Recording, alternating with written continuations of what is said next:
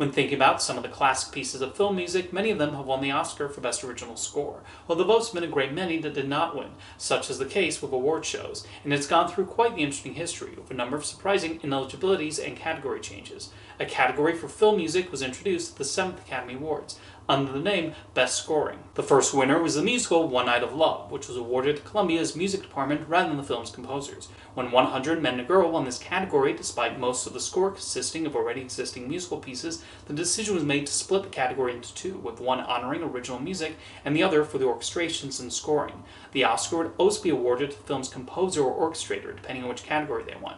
And some famous scores would be awarded here, including Eric Korngold's classic swashbuckling themes from The Adventures of Robin Hood, Herbert Stothardt's magical melodies in The Wizard of Oz, and the team of Lee Harline, Paul Smith, and Ned Washington for the animated delights of Disney's Pinocchio. For the 1941 ceremony, the category was altered again, becoming Best Music for a Dramatic or Comedy Picture and Best Scoring of a Musical Picture. This was likely done in response to the growing number of musicals coming out of Hollywood each year, and possibly even because of The Wizard of Oz and Pinocchio winning, feeling that members were voting based on the songs rather than on the score. And this would not be the last time this happened. The first winner of the Dramatic or Comedy Score Oscar was Bernard Herrmann for The Devil and Daniel Webster, beating out his own score for Citizen Kane. And as an example of the surprising nature of this category, this would be Herrmann's only Oscar, and he would never receive a nomination for his famous collaborations with Alfred Hitchcock. Meanwhile, Best Scoring of a Musical Picture went to Dumbo that year, although it would be many decades before an animated film won in a music category again.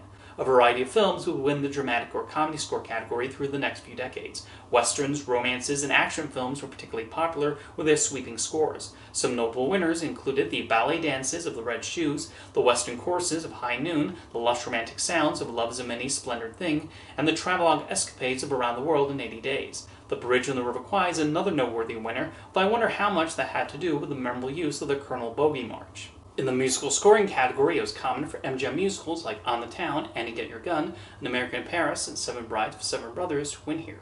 Though Alfred Newman also won a few Oscars in the category for musicals he provided orchestrations for at 20th Century Fox. In fact, Newman would win 9 Oscars during his career, becoming the most awarded composer and conductor in Academy Awards history. During the 50s and 60s, Hollywood studios would adapt even more hit Broadway musicals into movies, so it became common for these adaptations to win the Oscar for Best Scoring of a Musical Picture, including such famous ones as Oklahoma, The King and I, Porgy and Bess, and West Side Story. In 1962, the names were changed yet again to Best Substantially Original Music Score and Best Scoring of Music Adaptation or Treatment. Maurice Jarre's music, Lawrence of Arabia, was fittingly the first winner in this newly renamed original score category, with one of the most famous film themes in history. Jarre would also win here for similarly epic pieces in Dr. Zhivago, while the Sherman Brothers won for Mary Poppins. Of course, that being a musical, Irwin Calsto's orchestrations of Mary Poppins were nominated in the scoring category, while they lost to Andre Previn's adaptation of the music from My Fair Lady. Throughout the end of the 60s and into the 70s, the names would continue to evolve. Substantially Original Music Score was changed to Original Music Score, then to Original Score for Motion Picture, not a musical, to Original Score, then Original Dramatic Score, and finally back to Original Score. And Scoring of Music was changed to Scoring of a Musical Picture, Original Adaptation, then to Original Song Score, to Adaptation and Original Song Score, and finally the lengthy Best Scoring for an Original Song Score and Adaptation of Scoring for an Adaptation. I wonder how many Academy members looked at the music branch and went, make up your mind. That latter category would also include songwriters among the eligible nominees if it included original songs. The 70s would see some interesting winners here. The Beatles won Best Original Song Score for the documentary Let It Be, even being credited as just the Beatles rather than the individual names. Particularly interesting in that case since the whole film is about them recording the album. John Williams would also win his first Oscar, not for one of his original scores, but instead for adapting the Fiddle on the Roof music for the screen. A curious thing would happen in the Best Original Score category in the 70s too.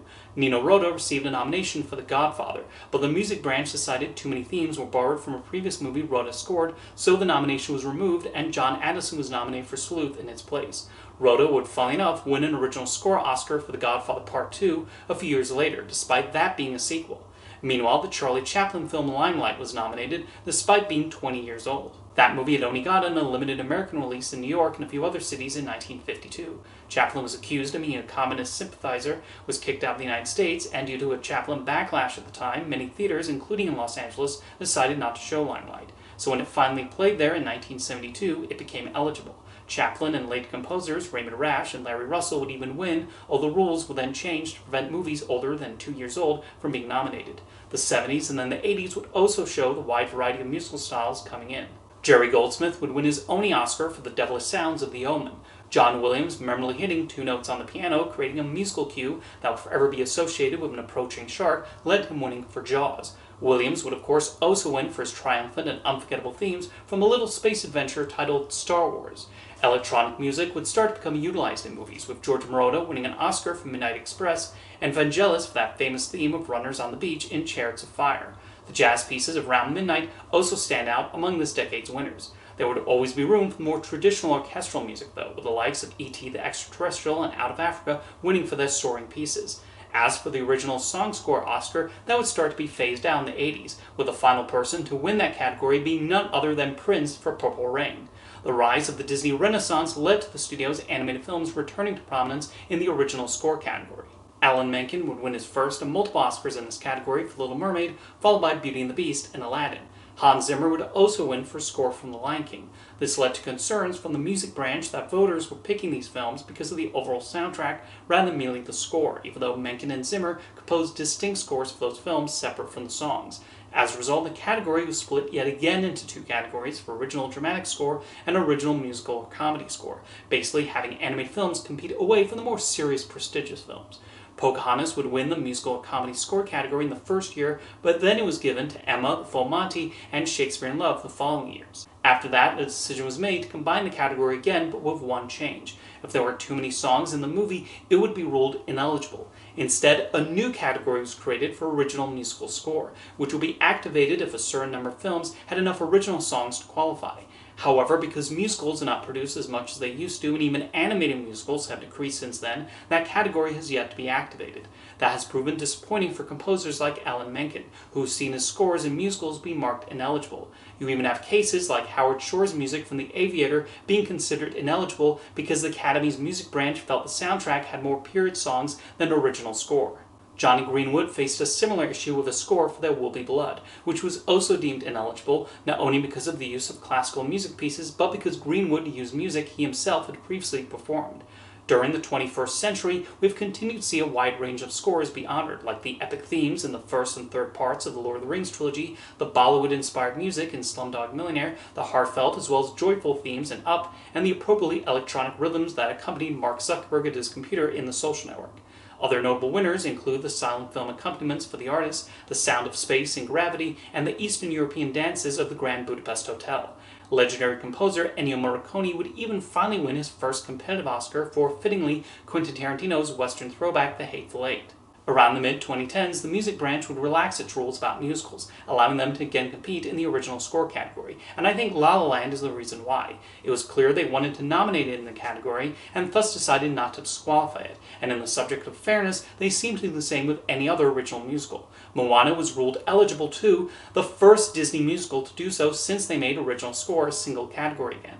Following that, Mary Poppins Returns, Encanto, and Emilia Perez would receive nominations. Although I did find it unusual that Wicked was deemed eligible and was eventually nominated for original score. While John Powell did write new music for some of the scenes between the song numbers, a significant amount of his score still involved quoting the melodies of songs that have been heard on Broadway since the stage musical's debut.